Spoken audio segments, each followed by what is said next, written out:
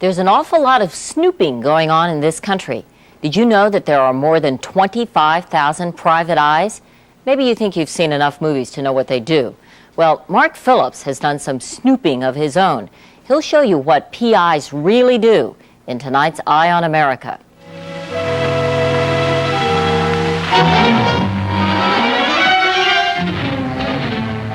Once it was Spade, and Marlowe, and Bogey, and Mitchum. Now it's Terry Lasky, private eye. Some things never change.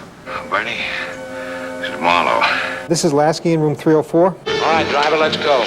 Some things may never change, but let's face it, some things will never be the same either. Her hair was the color of gold in old paintings. She was giving me the kind of look I could feel in my hip pocket. Most of these characters you see in the film, they live in a room with a bare light bulb, and it's always Robert Mitchum or somebody like that. So it's different. It's not the way we do it. Today they tend to pound the keyboard, not the pavement. The modern-day private investigator rides more on his computer than he does in a 32 Dodge. And having found his prey in some data bank, the modern private investigator is less likely to pack his Smith & Wesson .38 revolver than he is his Sony 8mm video camera. Terry and his partner cameraman Is that him? on a stakeout. Cut to the chase. Oh, come on, man.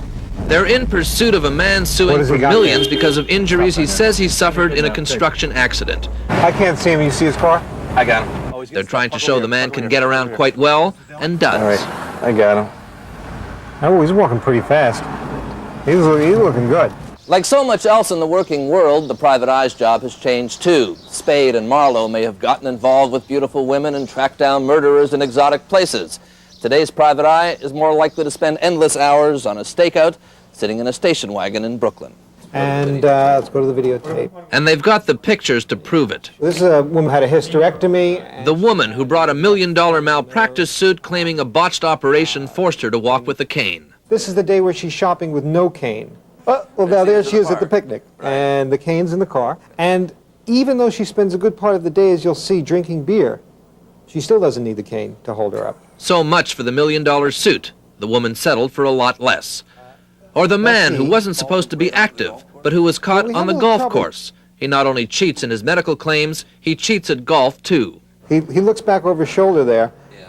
Where is that guy? And he's not in sight. I think I'll take another shot. The claim, like the man's illicit score, considerably reduced. We call this film The Chainsaw Massacre. And the executive with the malpractice suit for back injury that he said kept him from sitting, standing, or walking, taped climbing a ladder and using a chainsaw to cut down a tree. That tree's going. There it goes. The suit was dropped. The suit was dropped. No money. Zero. Some of America's most expensive home videos for the people caught on them. Terry's clients in the insurance industry estimate upwards of $20 billion a year in fraudulent claims. Greed was behind Bogart's San Francisco search for the famous Golden Falcon, and in New York, greed is the stuff of Terry Lasky's old movies too. His first jobs were on film, where more primitive equipment meant using more guile, like the time they posed as film students to get shots of a man who claimed he couldn't work, or the little old lady who claimed she needed a wheelchair. She needed it all right to push her mother around town.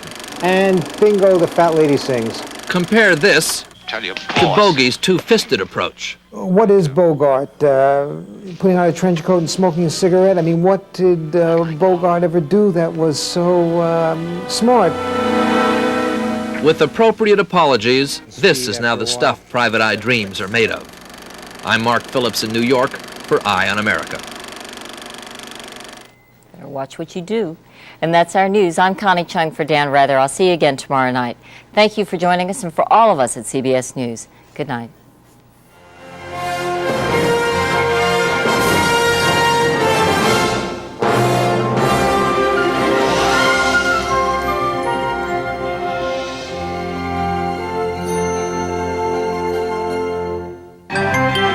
Experience CBS News.